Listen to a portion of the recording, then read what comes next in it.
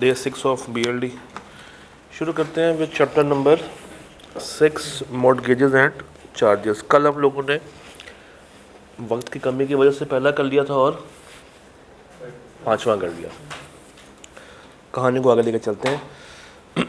Chapter 6 is about कि company अपना जो फंड है, जो पैसे हैं, वो किन किन तरीक़ों से हासिल कर सकती है with respect to this concept of mortgages and charges.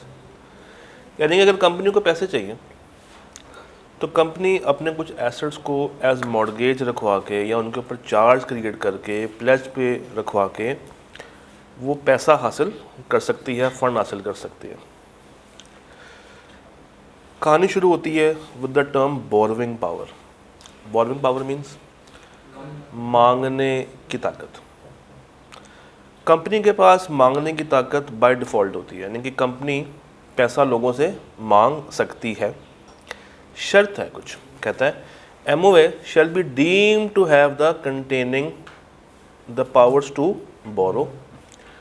कैसे कैसे? As loan, advances, credit from scheduled banks और इसके अलावा कोई और फाइनेंशियल इंस्टीट्यूशन। तो कोई भी इदारा हो, कोई भी किसी भी तरह का फाइनेंशियल इदारा हो, कंपनी के पास बाय डिफ़ॉल्ट ये ताकत है कि वो पैसा मांग सकती है। कहाँ से मांग सकती है? बैंक से मांग सकती है या किसी और फाइनेंशियल इदारे से मांग सकती है एज लोन, एडवांस, क्रेडिट। ये सिक्योर्ड भी हो सकता है और ये अनसिक्योर्ड भी हो सकता है। तो it can be secured and it can also be unsecured.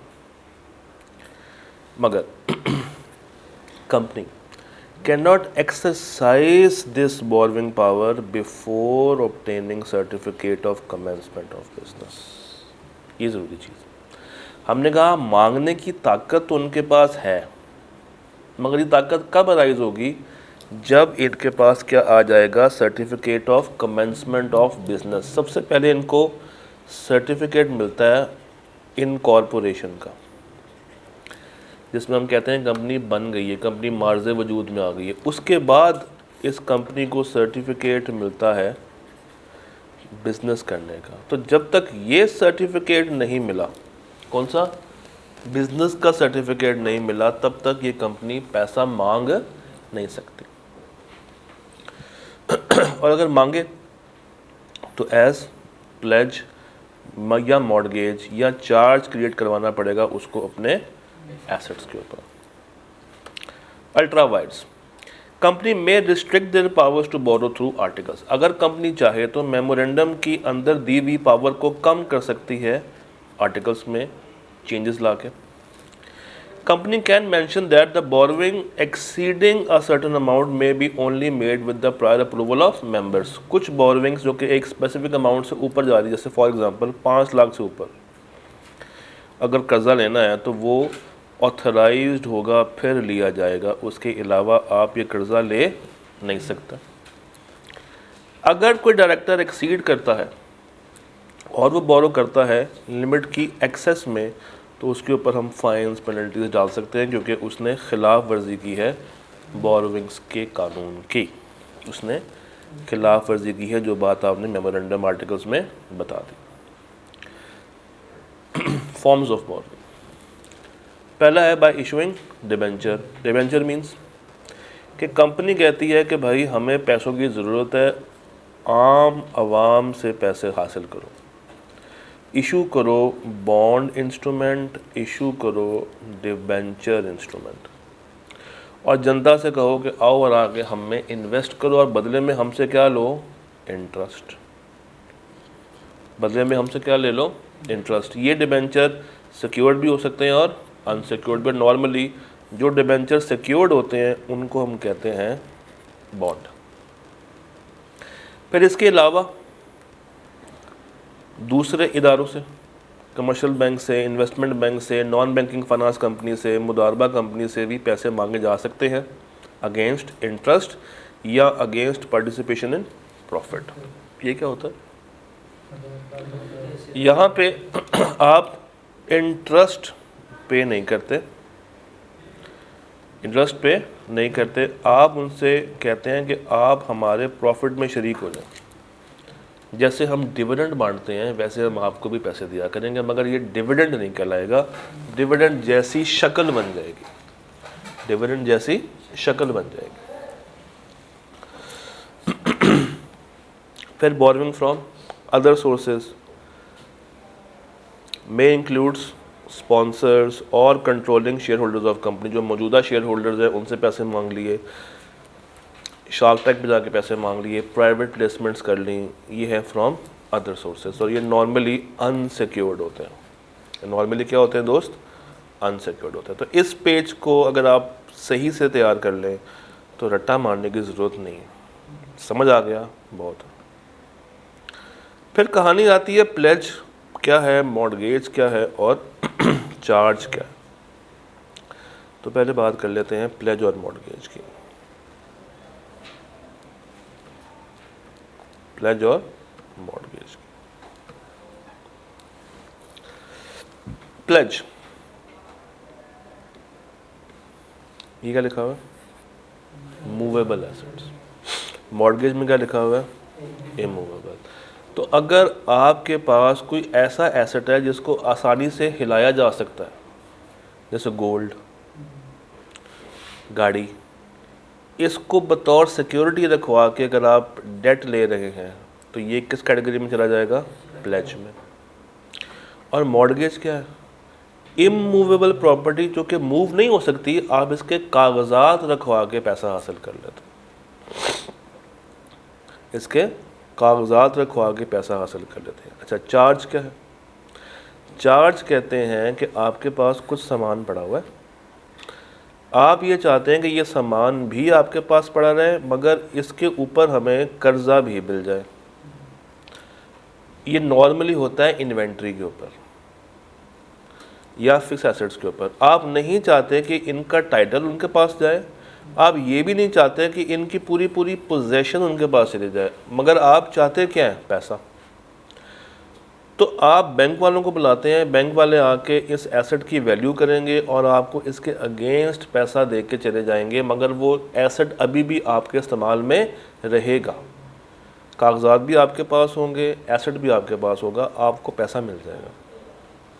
और उसके ऊपर बैंक आपसे क्या ले रहा होगा? इंटरेस्ट। हाँ, जैसे ही आप लोन को रीपे करने में डिफ़ॉल्ट करेंगे, जैसे आप लोन को रीपे करने में क्या करेंगे दोस्त? डिफ़ॉल्ट करेंगे, मसले करेंगे, तो फिर उनके पास ये ताकत होती है कि आके वो आपसे इसका क्या हासिल कर लें? पोजेशन हासिल कर लें। ये चार्ज दो तरह से बनता है, एक फिक्स चार्ज और एक फ्लोटिंग चार्ज। फिक्स चार्ज में ये होता है कि वो एसेट को आपने आइडेंटिफाई कर दिया है, और फ्लोटिंग में वो एसेट आप आइडेंटिफाई नहीं करते। ये चार्ज क्रिएट होता है over the entire class of assets. तो इसमें चार्ज को आइडेंटिफाई नहीं किया जाता, फिक्स्ड में चार्ज वाले एसेट्स को आइडेंटिफाई कर दिया जाता। हर कंपनी की जिम्मेदारी है कि ये रिकॉर्ड्स इस चीज़ के मेंटेन करेगी in the form of register. Register और जितनी भी कॉपीज़ हैं इस चार्ज की, मॉर्गेज की, प्लेज की, ये रखी जाएंगी कंपनी में, और it will be open to inspection. इसको कोई भी आगे इंस्पेक्ट कर सकता है। कौन? कोई भी मेंबर या कोई भी क्रेडिटर विदाउट फ़ी, पैसों की ज़रूरत नहीं है। एनी अदर पर्सन, अगर कोई और आना चाहता है जो कि मेंबर नहीं है, क्रेडिटर नहीं है, तो उसको क्या पे करनी पड़ेगी? फ़ी। क्या कोई पेनल्टी वगैरह पड़ेगी? नहीं। हाँ, रजिस्ट्रार का अगर दिल करे या उसके पास कोई कंप्लेन लेके जाए कि हम देखने के लिए गए थे, हमें दिखाया नहीं गया, हमारे साथ जुल्म हुआ है, तो वो इमीडिएट इंस्पेक्शन का ऑर्डर दे सकता है। किसका ऑर्डर दे सकता है? इमीडिएट इंस्पेक्शन का ऑर्डर दे सकता है। ये फौरी इसको चेक करो। Every company shall keep at registered office. ये कौन सा ऑफिस होता है? जहाँ से ख़त किताबत हो रही होती है। अ कॉपी ऑफ एवरी इंस्ट्रूमेंट जो मॉर्गेज के लिए क्रिएट हुआ है, चार्ज के लिए क्रिएट हुआ है, और evidencing along with the terms and condition. तो यानी कि रजिस्टर ऑफिस के ऊपर हर इंस्ट्रूमेंट जो कि इशू किया है उसकी कोई ना कोई कॉपी पड़ी होगी। इस पेज से आपने क्या याद करना है, सिर्फ ये वाला पॉइंट, एक ये पॉइंट और एक ये पॉइंट, दैट्स इट। ये 2 पॉइंट नहीं बोलने चाहिए, बाकी का पूरा पेज आसान है कि चार्ज फिक्स होता है, फ्लोटिंग होता है, मॉर्गेज क्या है, प्लेज क्या है, ये नॉर्मली पूछता नहीं वैसे, बट जो चीज़ आनी चाहिए वो ये 2 पॉइंट्स आने चाहिए। फिर आ जाए रेक्टिफिकेशन पे। ये लिस्ट बहुत दफ़ा पूछ चुका है। ये list is one of the prime important areas of this chapter. Prime important areas में से है ये लिस्ट। बेतहाशा दफ़ा इसने रट्टे में ये लिस्ट पूछ ली हुई है कि बताएं किन किन एसेट्स के ऊपर ये चार्ज मॉर्गेज क्रिएट की जा सकती है।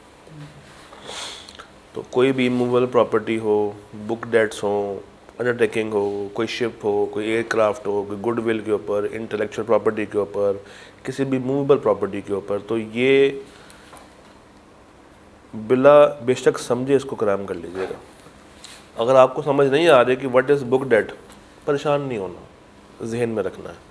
आपको समझ नहीं आ रही व्हाट इज़ रिडीमेबल कैपिटल, कोई बात नहीं, याद कर लें, क्योंकि ये आपसे पूछेगा नहीं कि भाई बताएं बुक डेट किसे कहते हैं। उसने आपसे सिंपल एक सवाल पूछना है कि किन किन चीज़ों के ऊपर प्लेज मॉर्गेज चार्ज क्रिएट किया जा सकता। फिर इस सब का प्रोसीजर क्या है, इस सब का प्रोसीजर क्या है। ड्यूटी किसकी है, कंपनी की।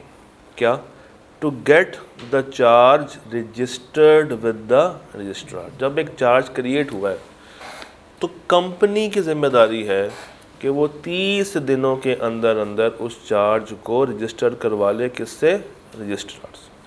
तो प्राइम जिम्मेदारी किसकी बन गई दोस्त, कंपनी की।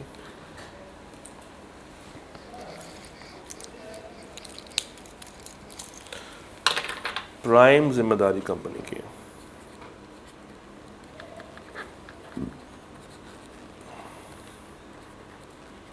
प्राइम किसकी बन गई, कंपनी की जिम्मेदारी बन गई। Registrar shall issue certificate of registration अपने साइन के साथ, और उसको ऑथेंटिकेट किया जाएगा ऑफिशियल सील के साथ। The above provision regarding registration shall apply to a company acquiring any property subject to a mortgage और चार्ज। क्या मतलब, क्या मतलब, इसके साथ ये नोट पढ़े जरा, ये पढ़ के बताएं कहना क्या चाह रहा।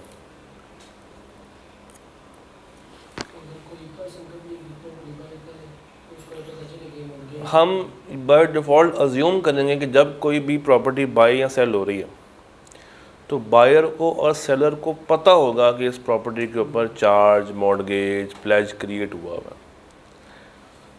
तो every person buying any property shell be deemed, हम अंडरस्टैंडिंग ये रखेंगे कि उसको आइडिया होगा कि क्या उसके ऊपर कोई कंस्ट्रक्टिव मॉर्गेज या चार्ज तो क्रिएट नहीं हुआ हुआ।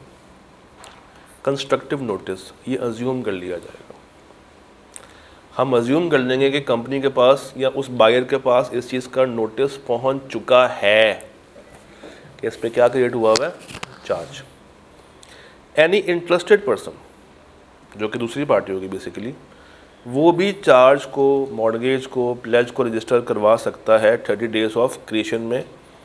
Interested person shall be reimbursed by the company, जो कॉस्ट वो लगाएगा चार्ज को रजिस्टर करवाने में कंपनी उस कॉस्ट को रीइंबर्स करेगी। तो रूल क्या हुआ, प्राइम जिम्मेदारी किसकी है, कंपनी की। दूसरी पार्टी भी करवा सकती है, हाँ जी करवा सकती है। तो जो पैसे वो लगाएगी कौन वापस करेगा, कंपनी वापस करेगी। रजिस्ट्रार क्या करेगा, उस चार्ज को रजिस्टर कर लेगा। कैसे करेगा, अपने साइन के थ्रू और ऑफिशियल सील के थ्रू। और जब भी उस प्रॉपर्टी की कोई सेल एंड परचेज हो रही होगी तो हम एक कंस्ट्रक्टिव नोटिस लेके बैठ जाएंगे, हम ये अज्यूम करके बैठ जाएंगे कि दूसरी पार्टी को ऑलरेडी इस चीज़ का नोटिस है कि उसके ऊपर क्या क्रिएट हो रखा है, चार्ज क्रिएट हो रखा है, मॉर्गेज क्रिएट हो रखा है, प्लेज क्रिएट हो रखा है। फिर ये देखना होता है कि चार्ज एक्चुअली में क्रिएट कहाँ पे हो रहा है और प्रॉपर्टी कहाँ पे। अगर तो पाकिस्तान में प्रॉपर्टी अगर पाकिस्तान में क्रिएट हो रहा है तब तो कोई मुश्किल चीज़ नहीं है, तब तो it is very much easy कि क्रिएट भी कहाँ पे हो रहा है, पाकिस्तान में, और प्रॉपर्टी भी कहाँ पे पड़ी हुई है, पाकिस्तान में, तब तो प्रॉब्लम ही नहीं।